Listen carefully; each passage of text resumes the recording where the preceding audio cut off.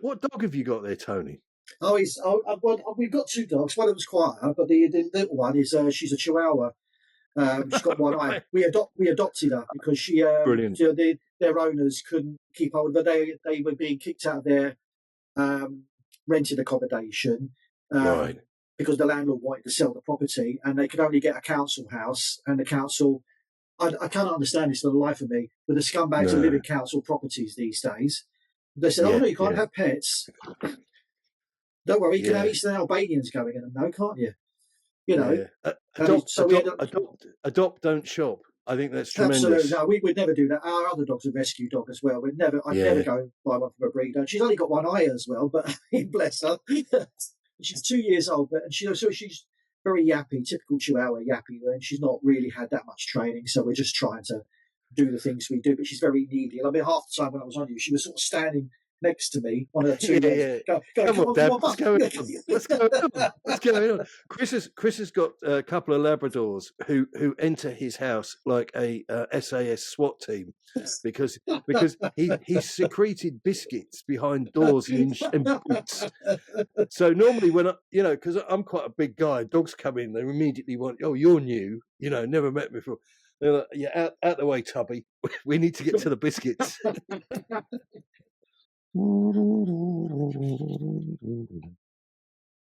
We don't need to spend hours on this, and it's Ferenc Varoshi. Ferenc Varoshi is the team we're playing on Wednesday. Oh, that's more like it. I can hear you now. Ah, good stuff, mate. Good stuff. How right, I'm going to hit. Yeah, good to hear from you. Have you got the cap on so you look less like Daniel Levy? And you grumbled me early, didn't you?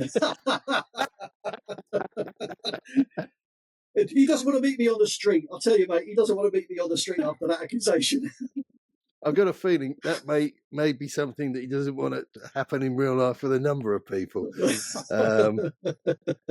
Right, so we're now, we've hit the button, we're live, we're recording. Welcome to another one of these with another one of me, another one of him, another one of him. We're going to talk about Manchester United. A few degenerates is the kindest way I can describe them, have been nipping into the comments section for a short-lived dig at us being so wrong, so wildly ungrateful to what Daniel Levy is building at Tottenham HOTSPUR Football Club. And you are the ones that have made yourselves look daft. So comments about eggs on faces. We're allowed to express how we feel at the time. We're allowed to change our minds. Women over the years have taught me that one. But the reality is that you need to weigh up everything in a picture, opposed to just stare at one bit and say, that's brilliant. And the reality is Manchester United were shocking. Got a couple of quotes for you here. Gary Neville called Manchester United a pub team. Jamie Redknapp stated directly that Ten Hag cannot keep his job at Old Trafford after another flatline performance. And ESPN's Craig Burley described the fall of the Red Devils as frightening. There's lots to talk about. Will he still be here after the international break? But one thing I would throw into the mix, because it's one of the first bits of data I always look for after a game, come win or lose. And if you looked at the back line of Manchester United, not a single one of them entered into the 90th percentile. And your defenders, your back line, have to be 90% plus. That's where you get people, to put it into baby language, going, oh, he's a Rolls Royce. He is a, Hawker Siddeley aircraft carrier. That's the level, 90% plus. And frequently we have guys turning in those performances week in, week out. But Manchester United, none of them got beyond the late 80s, which, there's a joke in there somewhere, but I'm so hungover I can't be bothered to even go look for it. Speaking of Kim Wilde, but no, so gents, tell me, we'll start with Tony. And then we'll go around the table. So that means you're after that, Chris. I'm joking. But Tony, what did you make of the game? Because everybody's going berserk. We're going to win the league. Well, what one swallow doesn't make a summer, does it? Let's face it. it was a good performance. Nobody can argue it was a good performance in terms of the speed and the quality of the play. But you've then got to juxtapose that with the quality of what they were playing around, against. And it was. I'm glad that we performed well against a poor team, because you can imagine what the outcry would be if we performed poorly against an even poorer team as well. When you look at what we did it well. But everything that I keep coming back to, and I don't want to seem like I'm a negative sort of Nelly, because obviously we want to congratulate, the team for doing well, scoring 3 goals, making United look not even distinctly average, but I'm not even sure there's a level of average or below that they could possibly hit any further than where they are at the moment. You get the likes of Mickey with his run, with his command at the back. With even Johnson looking like he's starting to grow up a bit. Still early doors, but he's starting to look like he's getting there. And with some of the crisp passing, it was good. It was good football. But you come up against a better team, the Arsenals of the world, the Chelseas of the world, the Liverpools of the world. You're not going to get to play like that. No, I agree with you. I think for me, when I was looking at the data, and I've had an absolute pain in the hole with that, I have to tell you, but I was having a look at the data, and you didn't learn anything by looking at the Tottenham numbers. The devil was in the Man United numbers, and you could see how lacking, and I referenced the defenders there earlier. Lots of other players. I won't go into it because this is a Spurs pod. It's not a Man United pod. But Manchester United fans, if you want to see what's going wrong at that club, then have a look at your own guys, because you will know, those of you who are seasoned watchers of football, the world's greatest game, the Spurs were great, but they weren't emphatic. And like, people keep referring to this out-of-date product. They talk about Manchester United as if it's the 90s, as if it's the 80s. These are not the same people. These are people that, if I could be, the cruelest I could be, is that they are a looky-likey Manchester United side. And they're having what is one of their usual periodic witch hunts, which they've had ever since Sir Alex Ferguson flicked the match in the tank of the car as he got out of it for the last time. Chris, what did you think? So I'll start by saying you can only beat what's put in front of you. So we are not a United channel. So I'm not going to reflect on Manchester United, despite some other Tottenham YouTube channels trying their best to. So it was an encouraging performance, probably our best performance for the season, I dare say. 3 goals. Brennan Johnson hit the beans on toast, could have made it 4. If Tino Werner was a professional footballer, it could have been 6, and Solanke could have had another, so 7 wouldn't have been an unrealistic scoreline. And we kept a clean sheet, and I saw a lot more buzz around certain players. But for me, it was probably Maddison and Benticle's best performance this season in a Spurs shirt in midfield. As Tony alluded to, you had Brennan Johnson starting to show something, coming into a degree of form, and 3 goals on a bounce for Solanke. So they were the positives, but again, being realistic, if we lose away at Brighton on Sunday, all that effort goes to waste. So it's about building momentum, it's about building form, and it's about saying, yeah, there were more positives than negatives, but it's about building for the future and moving forward, using that as a springboard to go on to bigger and better things. Devil's advocate time. Were Manchester United so poor that it's irrelevant? It's a moot point. But did we play better without Sonny on the park? I messaged you during the game and said I think Sonny's becoming a hindrance, and I know there's going to be voodoo dolls of me being stabbed left, right, and centre, and with chopsticks.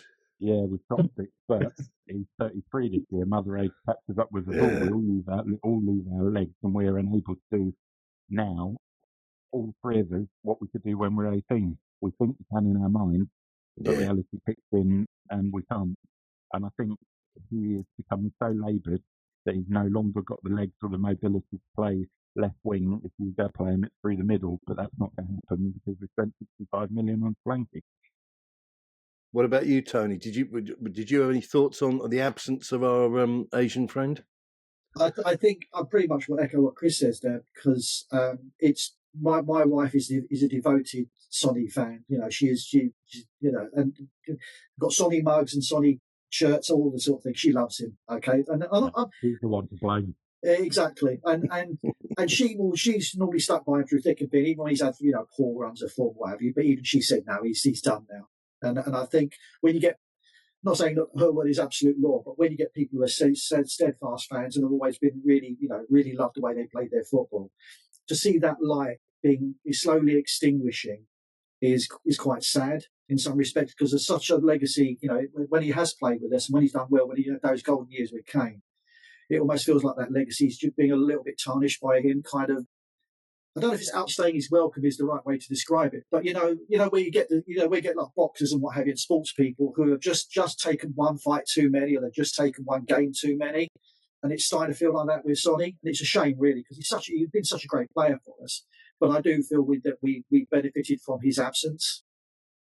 I don't think he's obviously recovered from his what at his age in the profession that he's in was quite a severe operation that he had to undergo, and that was always going to be a big telltale sign. If that was obviously a problem, he went under the blade, and did it improve him and get him back to where he was? And I don't think the answer is yes. I think we've seen flashes, and I think they said that he pulled a muscle or a ligament or something ahead of this. I think he was just tired. I think 2 games a week with the intensity that any Premier League manager is demanding these days, not just Ange Ball or whatever you want to call this week's flavour. I just think it's too much, and it's no surprise to me. And I don't, as I say, I don't wish him anything but well. He's been an absolute credit to the firm. But I think it's no surprise to me that suddenly we're in Europe and then he's having to sit out a major game. But what will Spurs do? I can only suggest they'll do what they always do, and they'll play him till he drops down dead. There's no hurry, there's no urgency at Tottenham to get rid of anybody. You think that's a wild allegation? Have a look at the career of Ben Davies. You keep your head down, don't make any mistakes, don't write on the walls. You can literally stay for as long as you want. And the idea, as we say, age is catching up with him at an alarming rate. And there just appears to be that lack of urgency and that sort of split second. He's a little bit predictable. Did I read last week that we had extended his contract by 12 months, or was that in the offing? It's been in the offing. They've been pushing this for at least 18 months. The reality is they were actually trying to tell the tale. I think it was our friend Gold My Beer was trying to push the tale that Spurs had a clause whereby they could activate an additional year. Hello, slavery doesn't exist anymore, kids. Everything's down to the player. I reckon he wants to stay. He wants to be adored. He wants to be a legend, in inverted commas. Unfortunately, he needs to have some silverware in order to reach legend status. But we live in the age of the internet where everybody goes, yeah, fire, baller, and all this other pseudo language. So we'll see where we get. My prediction is that he will stay, and he'll stay until he gets a career-ending injury, and then he'll be an ambassador. I think the only positive from that could be that we've got this young South Korean lad who's joined us in January who could help with his transition. He could be his daddy, he could be his chaperone. There might not all be negative points. Well, he can always stay long enough, though, can't he? He can stay long enough to keep testimony like Davies, can't he? So, God almighty. I mean, I think we have to be careful using the word transition around this football club. They're very big on all that sort of stuff. But yeah, it's kind of like, I think it's a kind of foregone conclusion. I don't think he's going to get offers from anywhere else, and it isn't one of those ones because he's too old, like with Christian Eriksen. I forgot a quote actually from him. He said that because they struggled in Europe when we were firing them in against another substandard lot, and he said that FC20 wanted it more. That I omitted earlier, but yeah, I think Sonny's far too old to do an Eriksen type leap. Real Madrid, people like that are not going to be interested in him. He's a great guy, as I say, credit to the firm. But Spurs now for him, tough domestic games and the addition of European football is going to put the pinch on him. And who have we got around him to support him? A bird brain Brazilian who can't play because he's got a note from his mum and he's got hurty thoughts in his head, or a mystery virus in his kneecap or something. We just don't know. And Solanke, who is now queen of the tap-ins. What did you think of Solanke, guys, just generally speaking? Played well. I thought he offered a bit of muscle. He ran into the channel. He did everything that Richarlison's been unable to do, and everything that Son doesn't offer when he plays through the middle. And I thought it was encouraging, 3 goals on the bounce. I'm a believer of I couldn't care if they're going off your arse, off your shoulder, or off your left earlobe. A goal's a goal. And I thought it was, after all the disasters we've had with your Red Robs and your Erratic and your Postigas and your Jansons and Soldados, I just want this guy to hit the ground running and continue scoring. So I was pleased, although we accept he's not that £65 million footballer, that he's scoring goals. That's the main thing. No, that's right. I mean, I'm just looking here for Wednesday where we play Ferencváros. If I've mispronounced that, it's almost certainly the case. And we are, again, huge favourites. They're across the board. 1 to 3 is as small as I'm seeing the price, 4 to 11. And they are 7 to 1 in places. So not as bad as last week's mob, but certainly no great improvement. What do you think, Tony? What do you think in relation to the kids? Do you think we saw enough? I mean, we really dominated, and it didn't look like Manchester United had a clue. Yes, they were down to 10 men and all the rest of it, but they weren't giving any indication. I thought Marcus Rashford in particular caught him absolutely putting the brake on. In terms of energy levels, partly when Mickey broke with the ball for the goal, but there's a couple of other instances where he just looked as if, he didn't really kind of have that kind of intensity or focus. So should we see more of the kids? Is Ange being a bit measly with the minutes? I think I think certainly on. I was going back to Thursday night and obviously talking about Solanke and Son. Son looked pretty peaked, pretty gone on Thursday night, to be honest with you. And Solanke did so much work off the ball that night. I was really impressed with that in part of his goal. Yeah, but that was what really impressed me, was his work off the ball, not necessarily getting the glory reels and highlights and what have you. So I think that was really good. And I think a lot of that then fed into Sunday as well. He was doing a lot of good work off the ball. In terms of the kids, I mean, like on Thursday, obviously Bergvall had to come up because of Dragusin, which was really unfortunate. I'm not entirely sure that, then I think I can't understand, and I know this is going to be an obvious one, but I don't understand how somebody like Bergvall in particular, who's probably the highlight, he's probably one of the more developed of the youth, and even Archie Gray to some degree as well, because he's obviously clearly got something about him. He get a decent game on Thursday night as well. I don't understand if they can't get in the starting 11. You've got Mr. Werner, getting game time. It's just utterly beyond me. I mean, if that had been, I'm not. I think Sandra might have scored those two 1-on-1s.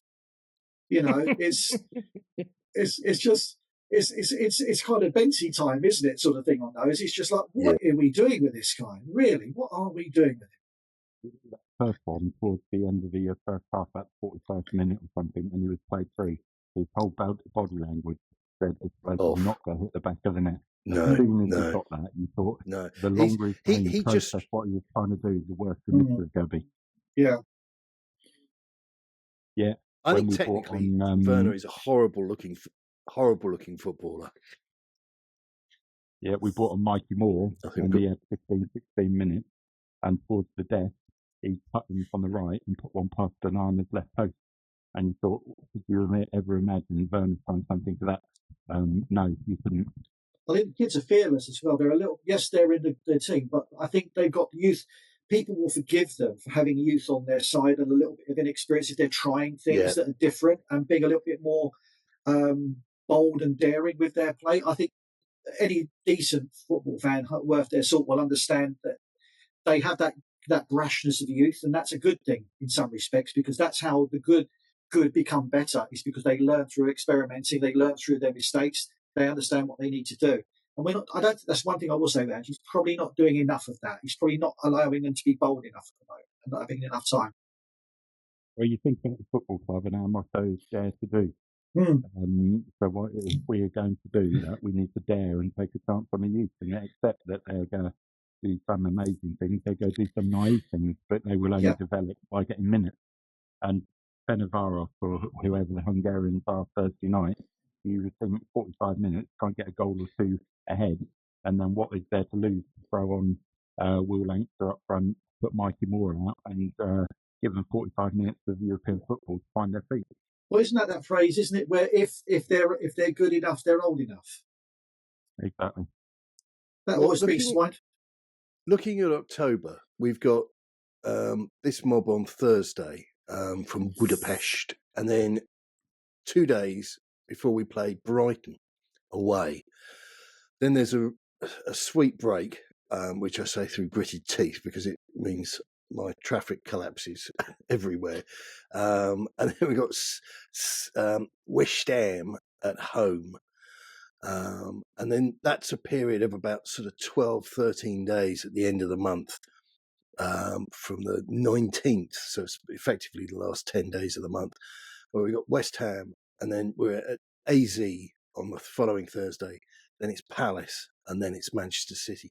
Won't go into those individual games now because I think that's the work of fools, but it's going to be an intense period.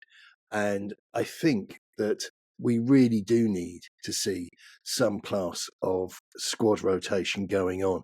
And Werner is, I understand what they've done with him. I understand the thought process. What they've done is they put him on a pedestal and put a sticker on him that says striker. He's not really fit for purpose at all. As I said earlier, technically as a footballer, you look at him and he just looks off. He doesn't look right at all. He looks pretty uncomfortable with the ball. He's yet to do anything dynamic. And I think that point about putting a younger, more fearless guy in the shirt instead certainly has plenty of merit with it in relation to this. And I also think our front 3 or 4 are so adaptable in this style of play that they could accommodate somebody and say to him, look, without doing anything career-ending, if you want to break rank and take a pelter or whatever, then by all means do. But I'm desperate to see more of them, and the reason for that is because I want Spurs to do well. I don't have any huge belief in Ange at all. I think the results speak for themselves. One of my favourite tedious phrases is nobody cares. The numbers on the board at the end of the day are what count. So you can't decry Spurs thumping Manchester United, but yet neither can you take it in total isolation. And this, as I said before, this is not the Manchester United of old. This is Manchester United about to throw another coach out the window. And Ten Hag's win percentage is the worst of any Manchester United coach since Ferguson departed. That's a fact. So, we're not beating Jose Mourinho's United, which had, of course, the highest win percentage of any coach since old Whiskey Nose left. But no, I want to see the kids brought in, because that period of the schedule there, the last 10 games or so of this month, is going to be too busy. We've already seen that Sonny needs to have a rest and a sit down and a cup of tea after 2 games a week. I don't see that situation improving any. Another observation from Sunday, I think that Kulusevski is far better through the middle than out on the right, and I thought his ability to run with the ball, he's a galloper, and I thought he played well on Sunday.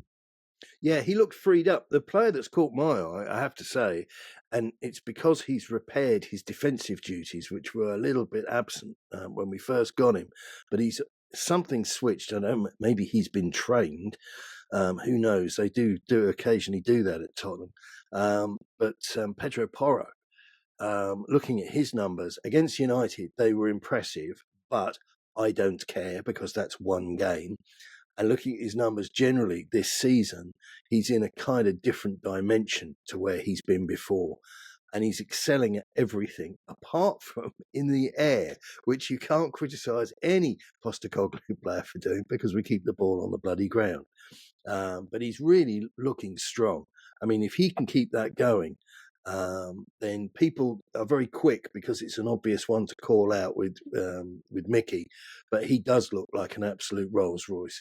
Might be a slightly different car, might be a Lamborghini, but he looks primo at the moment, and hopefully that form can keep going. But he looks really impressive to me. A good 45 minutes going by Jed Spence. I thought he came on. I thought he didn't put foot wrong.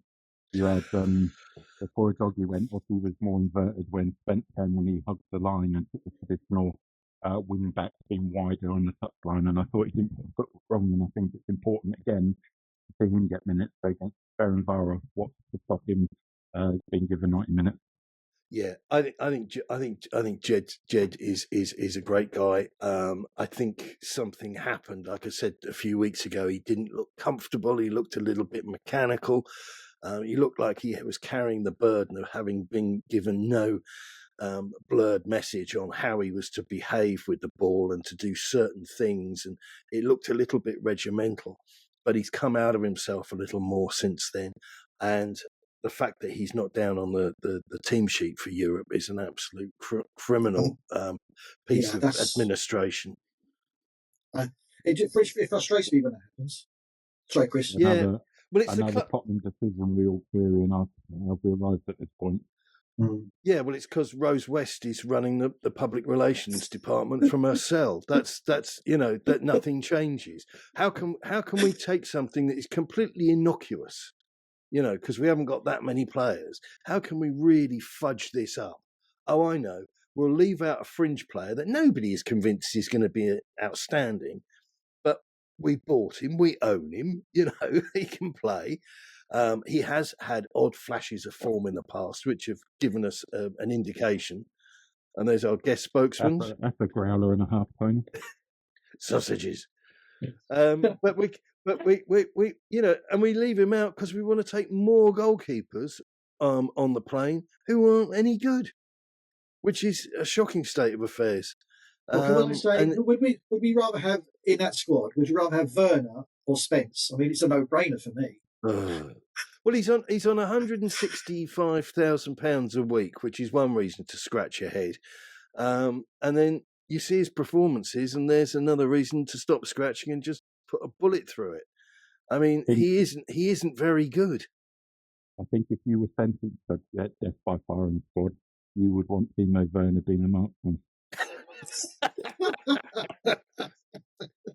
I think I got it wrong, Dad. I think I got it wrong. It's like, don't tell him, Pike. Yeah, 100%. Your name is also on the list.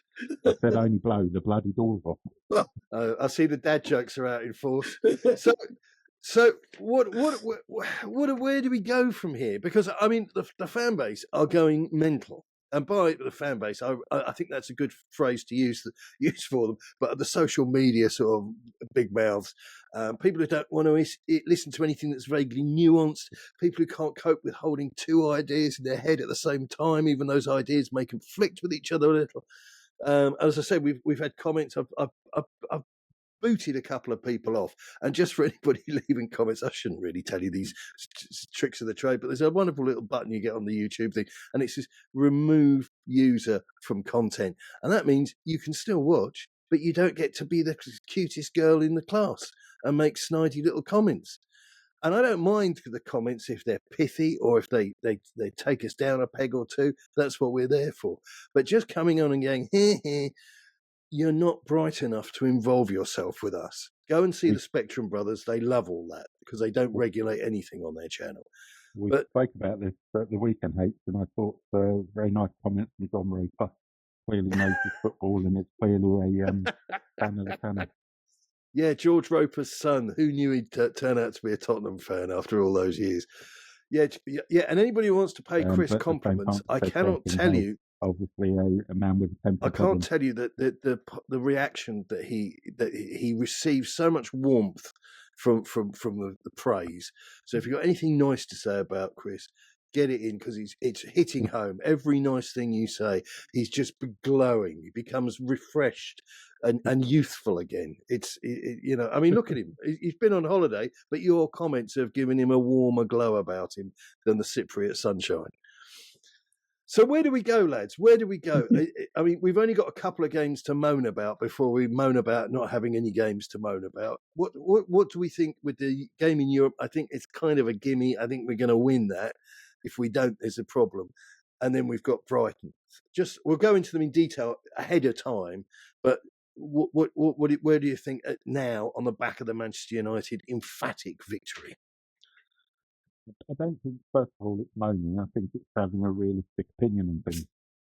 We got the high press derby, El Clasico with Brighton on Sunday, and that could easily be 5-5, judging by their performance against Chelsea at the weekend. Two teams who like to play up from the back, encourage the goalkeepers to do so, and play with that high line. That could be a really exciting game of football, and I would hope that we will come out with 3 points. Very good, I'm Tony. of the opinion. Yeah, the European game for me. What I really don't. I want to see the young'uns, as it were, get some game time. But what I'd rather do is put the game to bed first, and then put them on. So there's no kind of jeopardy about it, as it were. They could just be free to experience it a little bit more, and then be able to take risks, as it were, without having that much of an impact. Because you don't want to ruin their confidence if they're if they're in the midst of something and they do some mistake which costs them the game. I know you learn from that, but you also want to try and protect them a little bit. So I'd hope that would happen. As for Brighton, our form against Brighton is very mixed, to say the least. When we go to the home of American Express, they tend to just do a number on us and play us off the park. So, I would hope that if we can achieve the levels that we did against United, I think that would probably put us in a position where we can win the game, but we'll have to step our energy levels up a bit more, because I think when you look back on that game, we were playing faster and it was against United, but I still don't think we're at optimal. We were probably at sort of 85 to 90% of what we could be, whereas the likes of Brighton will make us go to 100%. Yeah, I think that the most sensible route is to use, hopefully, that which I have accused Ange of being in short measure of, which is footballing intelligence. We've got games in Europe against teams who are close to 10-1 with a bookmaker. Now, if you're beating a side that's the wrong end of 10-1 to win the game, if you're beating them 1-0 or 2-0, you need to start getting the kids out. It's good for them, it's good for the club, good for everybody. But against sides like Brighton, who could definitely do a trick on you, you need to have all your senior players there and as rested as you're able to rest them. So I think Ange has to look at that, because the further we go in this Europa League, the tougher the opposition will get. That's a given. We've been talking about success has to come this year, so we're not going to win the league. So we need to concentrate on the cups, in my opinion. Yeah, I totally agree with you. I think a cup run makes everybody feel good. Unfortunately, we know how football clubs, not just our wonderful diminutive leader, thinks about those tournaments, because they don't pay out, and that's the reality. You go all the way in a domestic cup and win it, and you've got the threat of injury and it's tapping away at your battery resources, so to speak. And then when you win it, you lift it up and everybody cheers, and you get a check for like £1.5 million or something, plus your gate money on any home games you ended up with. It isn't really worth the time of day for big shots in the footballing firmament. But it's very good for club morale and all of the mind-numbing stuff that they put out on their public, on their social media channels. Nothing beats holding up a bit of silverware. And we all know the backstory to this and the Spursiness and all the other irritants that we have to cope with on a day-to-day basis. Get Spurs holding up a cup. nobody wants to see them playing silly little games or what's in the box and what's your favourite colour and how many jelly teddy bears can you eat. Nobody cares about all that junk. It might make a 12-year-old happy for a couple of nanoseconds, but the grown-ups out there, they want to see Spurs go back to being a cup-winning side, and that's what they were when we all started watching them. It's not an unreasonable request. 8th in the Deloitte Money League, for those of you who still haven't caught on. We've got cash coming out of our ears, and if you look at Timo Werner, we're spending it still on, too regularly on rubbish. There remains this loving for top four, but what does the trophy for top four look like? Oh, it doesn't. And top four is only good if you then go kick on and use that increase in revenue for the benefit of the football club. Time and time again, we've proven we don't do that. So Top four is a Europa League. Top four is a good thing. It's a nice thing to have a residual thing that you're one of those faces. You're always there or thereabouts. But as an actual thing, as you say, what do you get? Well, you get a memory of Arsene Wenger saying something about being a top four side. You get Sky Sports referring to you as a top four side. But you don't actually tangibly get anything. You get gate revenue. You get all those other little boxes that you tick on the Deloitte Money League, because that's where we are in the footballing pyramid. Yep, diversity. Yep, equality, tick, tick, tick, tick, tick. So it does you a lot of good in that respect. But as far as an actual football club goes, sniffing around top four, top five, whatever, it's a big so what from me. I mean, if I was the owner of a football club, I'd probably say, "Now, hear me out, lads. Hear me out. There's two sides to every story." But I'm not an owner of a football club. I'm a football fan, and to me, it's a big so what. Well, it's what Levy said in the recent sycophants meeting. It's when one of his greatest achievements is getting to a final of the Champions League. Whoopee, excuse my French, effing do. Don't get me wrong. Nobody's going to cry. It was a great night, especially beating Ajax and Lucas Moura, all that sort of stuff. These are great things. They really are great things.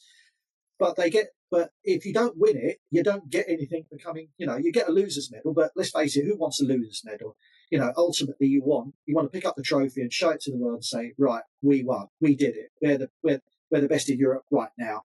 And stating that as one of your greatest achievements during your tenure, speaks volumes about his mentality, in that he's not thinking, that was really great that we got to a final, but we now need to push on. We've got to go and win it.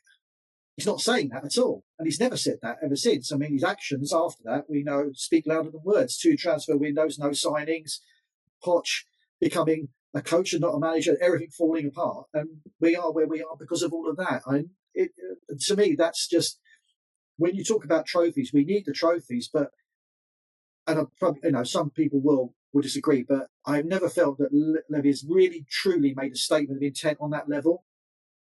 The level of ambition is set so low that we experience a modicum of success and we try and claim grandeur and we try and build everything into ambition and success. What was the last thing we won? The Audi Cup or something? That's the only piece of silverware in our £1 billion stadium. And that just shows you we've got no ambition or real intent to win anything until new owners come along. Turd polishing springs to mind. I think Daniel Levy's been very straightforward with his view towards football, to the actual game side of it. The round white thing on the green stuff is that trying to win things is dangerous. Trying to win stuff, and we get this dreadful thing, and I've used this phrase before in the past, that I remember listening to or watching on the telly as a kid, the Olympics, and you always had the British runner come in 8th or something, and they're all talking about this African guy at the front and the German and the Pole, and they would be talking about this irrelevant guy who's coming in 8th or 9th in the race, and say it was an absolute privilege to watch this British runner compete at the highest level. No, you're not competing at all. Your name is on the list, but you're almost out of shot of the camera that's got the group that are the ones to watch coming across the finish line. And that's where Spurs have been permanently in the camera of Daniel Levy. And he doesn't understand it. I genuinely believe, I won't go through a complete character assassination here and call him a psychopath or anything, but I think he's certainly a sociopath. Doesn't have any understanding of the passion and the desires and the ambitions of fans. And as we say there, we see what we get. We get turds polished by the minute. With just irrelevant nonsense pushed out on social media. Oh, look, so and so's had their hair tinted, or a demi perm put in above their ears. Just absolute guano. And what does he do when he does get close to something which he then allegedly was important to him, that we reached a cup final that we lost? And that's the punchline, by the way. Reaching the cup final is the build-up, and the punchline is we lost. He falls out, he fractures, he allows to fracture the relationship between him and his head coach. And then they don't buy anybody. And we were the only side in Europe's top 5 leagues that didn't buy anybody for, I think it was just about a year or over a year. I can't remember. It was 2 transfer windows, wasn't it? It was 2 windows, wasn't it? It was 2. I think it was 3 transfer windows. It was a summer, winter, and summer. And but what it was the fragmented state of the relationship. And when you're the CEO of a company, you can't turn around and say it was their fault, because you're driving the bloody bus. That's your concern. And if somebody falls over, somebody gets it wrong on your shift, it's not good enough for a CEO worth more than tuppence. And Daniel Levy, as we know, is worth an awful lot more than tuppence to turn around and shift the blame. So, oh, well, he went wrong. We couldn't agree on anything. Well, you should have found a path to do something, because that guy was worth hanging on to at one point. I don't think Pochettino was without blame, but at one point he was employee of the month, and it's your job as the CEO to keep him on that path, opposed to just say, well, he went wrong. That's not good enough. It's far from good enough. But he all of his thing is about, we're having a splendid time. We've got rid of most of those people using the Y word. We've got rid of this. We've got rid of that. And now we've got families, and we've got people coming with their business colleagues. And I mentioned the Spectrum brothers last time out, and they were there mopping up the corporate deal. Tremendous. Well done. I've never been anywhere nice. I'm so envious. I've never been anywhere nice at all. I wouldn't know how to behave, what to wear in such a scenario, except I have, and most of us have. But it's all second fiddle to the ka-ching, ka-ching, ka-ching of the money coming in. And yeah, so let's see more of the kids. Let's see some genuine pursuit of a cup, because I tell you something, Postecoglou may be the second coming of the Nazarene. Who knows?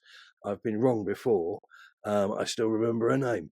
But if you want to have a stab at saving yourself, people use the word legacy too damn easy these days, but try and win a cup, Ange, because you won't get a bigger shoe-in than that. Bit of silverware won't go down well, particularly with Daniel, but it will really influence the fan base. And if the fan base turns on him, which they're not likely to do at the moment, obviously after he's had that emphatic win, but if a piece of silverware, that's a big get out of jail. That even if he ended up finishing 15th and the season went down the tubes like it did last time, which it did, that would save him.